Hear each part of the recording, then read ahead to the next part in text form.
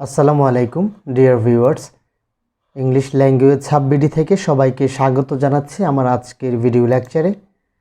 আমার আজকের ভিডিও লেকচারের টপিক হচ্ছে sentence and it's kinds in details, অর্থাৎ সেন্টেন্স এবং এর প্রকারভেদ নিয়ে আমি আজকে বিস্তারিতভাবে আলোচনা করব।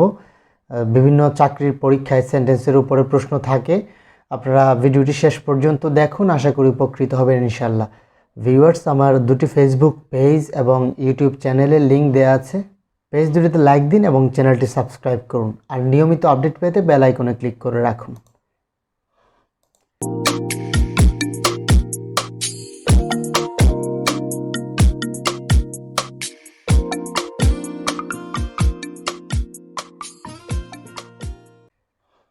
প্রথমে আমরা জানব সেন্টেন্স কি। সাধারণত কতগুলো ওয়ার্ড যুক্ত হয়ে মনের ভাব বা ধারণা সম্পূর্ণরূপে প্রকাশ করলে তাকে সেন্টেন্স বলে। যেমন birds fly, what is the time by your watch now, time and tide wait for none, have a nice day. এগুলো হচ্ছে সেন্টেন্সের এক্সাম্পল। তো অর্থভেদে সেন্টেন্স মূলত 5 প্রকার। According to meaning, sentences are of 5 kinds. Number 1, assertive sentence, interrogative, imperative, optative and exclamatory sentences. আবার গঠনভেদে sentence 3 প্রকার। According to structure, sentences are of 3 kinds, simple, complex and compound. তো প্রথমে আমি অর্থভেদে সেন্টেন্সের প্রকারভেদ দিয়ে শুরু করছি। Number 1, assertive sentence. কোনো সাধারণ কথাবার্তা বা বিবৃতি প্রদান করতে যে সেন্টেন্স ব্যবহৃত হয় তাকে অ্যাসার্টিভ সেন্টেন্স বলে। মূলত সংজ্ঞাগুলো ইম্পর্টেন্ট নয়, ইম্পর্টেন্ট হচ্ছে এগুলোর স্ট্রাকচার। তো অ্যাসার্টিভ সেন্টেন্স আবার 2 প্রকার। একটা হচ্ছে অ্যাফার্মেটিভ মানে হ্যাবোধক, আর একটা হচ্ছে নেগেটিভ মানে নাবোধক। তো অ্যাফার্মেটিভ সেন্টেন্সের স্ট্রাকচার হচ্ছে subject plus verb plus extension. Negative sentence subject, তারপর অক্সিলারি ভার্ব, সাথে নট যুক্ত থাকবে, প্রিন্সিপাল ভার্ব, তারপর হচ্ছে এক্সটেনশন। তো এক্সাম্পলগুলো হচ্ছে Bangladesh is a land of free birds, you sound logical. এ দুটি হচ্ছে অ্যাফার্মেটিভ সেন্টেন্সের এক্সাম্পল। এবং we must not forget our past, they don't have any car, এই দুটি হচ্ছে নেগেটিভ সেন্টেন্সের এক্সাম্পল। ইন্টারোগেটিভ সেন্টেন্স, কোনো প্রশ্ন বা জিজ্ঞাসা করতে যে সেন্টেন্স ব্যবহৃত হয় তাকে ইন্টারোগেটিভ সেন্টেন্স বলে।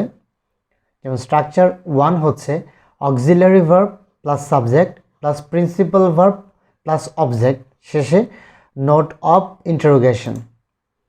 এক্সাম্পলগুলো একটু খেয়াল করুন। Is he helping them, does he listen to you, এখানে অক্সিলারি ভার্বটা শুরুতে দেখানো হয়েছে। আর স্ট্রাকচার 2 হচ্ছে ডব্লিউএস কোয়েশ্চেন দিয়ে শুরু হবে, তারপর প্রথম ফরমেশনটা অর্থাৎ auxiliary verb, subject, principal verb, object, আর শেষে নোট অফ ইন্টারোগেশন থাকবে। তো এক্ষেত্রে ডব্লিউএস কোয়েশ্চেন বলতে এই 9টিকে বোঝায়। Who, which, whom, when, why, what, where, whose এবং হাউ। তো এক্সাম্পলগুলো খেয়াল করুন। What does your father do, how do you go to your school, which pan did he buy. এগুলো হচ্ছে ইন্টারোগেটিভ সেন্টেন্সের এক্সাম্পল। Number 3, imperative sentence. কোনো আদেশ, উপদেশ, অনুরোধ, নিষেধ, প্রস্তাব করতে যে সেন্টেন্স ব্যবহার করা হয় তাকে ইম্পারেটিভ সেন্টেন্স বলে। স্ট্রাকচার 1 হচ্ছে ভার্ব, এক্ষেত্রে ভার্বটি প্রিন্সিপাল ভার্ব অথবা অক্সিলারি ভার্ব হতে পারে। তারপর অবজেক্ট, আবার আমি ব্র্যাকেটে একটা রেখেছি, এখানে অবজেক্ট থাকতেও পারে নাও থাকতে পারে, অর্থাৎ ডাবল অবজেক্ট থাকে অনেক সময়। প্রথমটা হচ্ছে ইনডিরেক্ট অবজেক্ট, পরেরটা হচ্ছে ডিরেক্ট অবজেক্ট। যেমন ওপেন দ্য ডোর, এখানে হচ্ছে ভার্ব, তারপর হচ্ছে একটা অবজেক্ট। তারপর bring me a chair to sit on, প্রথমে হচ্ছে ভার্ব, তারপর হচ্ছে ইনডিরেক্ট অবজেক্ট, শেষে হচ্ছে ডিরেক্ট অবজেক্ট। তো do not waste your time, এখানে অক্সিলারি ভার্ব দিয়ে এটা শুরু হয়েছে, তো পরবর্তীতে অবজেক্ট আছে এখানে। স্ট্রাকচার 2, লেট প্লাস অবজেক্ট, যেটা হচ্ছে প্রথমটা হবে পার্সোনাল অবজেক্ট বা ইনডিরেক্ট অবজেক্ট, ভার্ব, তারপর আরেকটা হচ্ছে অবজেক্ট যেটা বস্তু নির্দেশ করবে। এক্ষেত্রে let him do what ever he likes, let us have a discussion, এই দুটো হচ্ছে এখানে এক্সাম্পল। অপটেটিভ সেন্টেন্স, মনের ইচ্ছা, আশীর্বাদ বা প্রার্থনা করতে যে সেন্টেন্স ব্যবহার করা হয় তাকে অপটেটিভ সেন্টেন্স বলে। যেমন স্ট্রাকচার 1 হচ্ছে মে দিয়ে শুরু হবে, তারপর সাবজেক্ট, তারপর ভার্ব, শেষে অবজেক্ট। এক্ষেত্রে এক্সাম্পলগুলো হলো মে আল্লাহ ব্লেস ইউ এবং may you have a peaceful life, এই দুটি হচ্ছে এখানে স্ট্রাকচার 1-এর এক্সাম্পল। স্ট্রাকচার 2 লং দিয়ে শুরু হবে, তারপর ভার্ব, তারপর অবজেক্ট, যেমন long live our parents, long live Bangladesh. Exclamatory sentence, মনের আকস্মিক অনুভূতি বা উচ্ছ্বাস প্রকাশ করতে যে সেন্টেন্স ব্যবহৃত হয় তাকে এক্সক্লেমেটরি সেন্টেন্স বলে। এক্ষেত্রে স্ট্রাকচার 1 হচ্ছে প্রথমে একটা ইন্টারজেকশন থাকবে, তারপর মার্ক অফ এক্সক্লেমেশন, তারপর অ্যাসার্টিভ ফরম্যাট অর্থাৎ subject plus verb plus object, যেমন hurrah we have won the game, প্রথমে হচ্ছে একটা ইন্টারজেকশন, তারপর হচ্ছে নোট অফ এক্সক্লেমেশন, শেষে হচ্ছে অ্যাসার্টিভ সেন্টেন্স। স্ট্রাকচার 2 হোয়াট দিয়ে শুরু হবে, তারপর সাবজেক্ট, আবার একটি সাবজেক্ট থাকবে, ভার্ব থাকবে সবার শেষে, এবং সব শেষে থাকবে নোট অফ এক্সক্লেমেশন। আর প্রথম সাবজেক্টটা এ অথবা এন প্লাস অ্যাডজেক্টিভ এবং নাউন এই ফরমেশনে থাকবে, যেমন what a fine bird the pigeon is. তারপর স্ট্রাকচার 3 হাউ দিয়ে শুরু হবে, তারপর একটা অ্যাডজেক্টিভ অথবা অ্যাডভার্ব হবে, তারপর সাবজেক্ট, তারপর ভার্ব থাকবে, আর শেষে নোট অফ এক্সক্লেমেশন থাকবে, যেমন how nice the bird is, how sweetly the bird sings.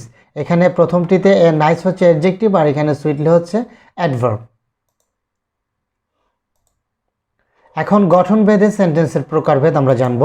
প্রথমে হচ্ছে সিম্পল সেন্টেন্স, যে সেন্টেন্সে একটি মাত্র সাবজেক্ট এবং একটি মাত্র ফাইনিট ভার্ব বা সমাপিকা ক্রিয়া থাকে তাকে সিম্পল সেন্টেন্স বলে। অর্থাৎ সিম্পল সেন্টেন্সে একটা সাবজেক্ট থাকবে এবং একটাই ফাইনিট ভার্ব থাকবে। তো এক্ষেত্রে ফাইনিট ভার্ব তো অনেকগুলোই আছে, শুধু আমরা যদি জেনে রাখি যে কোনগুলো নন ফাইনিট ভার্ব তাহলে ফাইনিট ভার্ব বের করা সহজ হবে।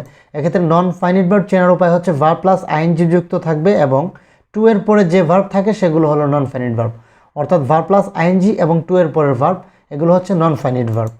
এক্সাম্পলগুলো খেয়াল করুন। The boys of this school are strong in cricket, এখানে the boys of this school হচ্ছে সাবজেক্ট এবং আর হচ্ছে finite verb. Because of his illness he could not attend the party, এখানে হি হচ্ছে সাবজেক্ট এবং অ্যাটেন্ড হচ্ছে finite verb. আবার in spite of having vast riches the man wants more, এখানে the man হচ্ছে সাবজেক্ট, ওয়ান্ট হচ্ছে এখানে finite verb. He is too weak to walk, এখানে ইজ হচ্ছে ফাইনিট ভার্ব আর হি হচ্ছে সাবজেক্ট।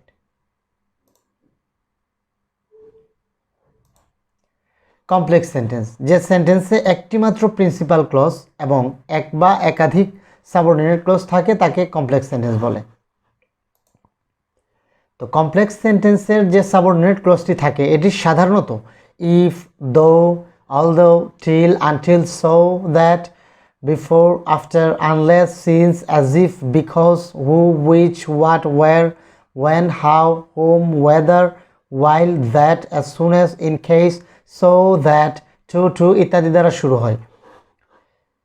তো এক্ষেত্রে এক্সাম্পলগুলো একটু খেয়াল করুন। We know that he is honest, এখানে উই নো হচ্ছে principal clause, that he is honest হচ্ছে subordinate clause.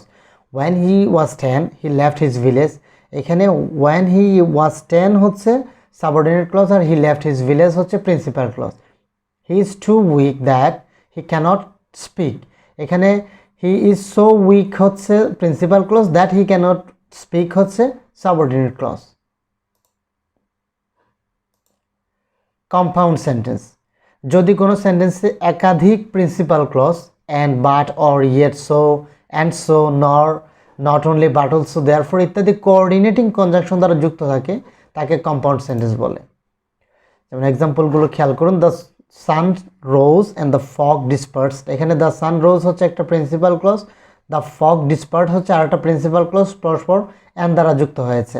He was poor but honest, এটা basically he was poor but he was honest, এই সেন্টেন্সটাকে আমরা একটু দুইবার সাবজেক্ট উল্লেখ না করে লিখি, he was poor but honest, এটা একটা কমপ্লেক্স সেন্টেন্স।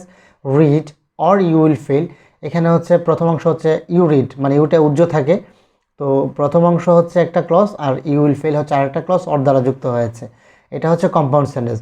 আর ভিউয়ার্স, আর ক্লজ সম্পর্কে আমার চ্যানেলে একটি লেকচার দেওয়া আছে, আপনারা ভালোভাবে দেখে নেবেন, তাহলে উপকৃত হবেন আশা করি।